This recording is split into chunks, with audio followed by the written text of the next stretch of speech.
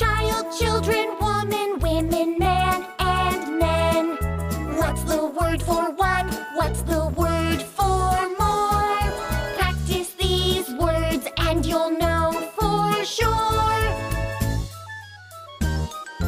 This is a cat.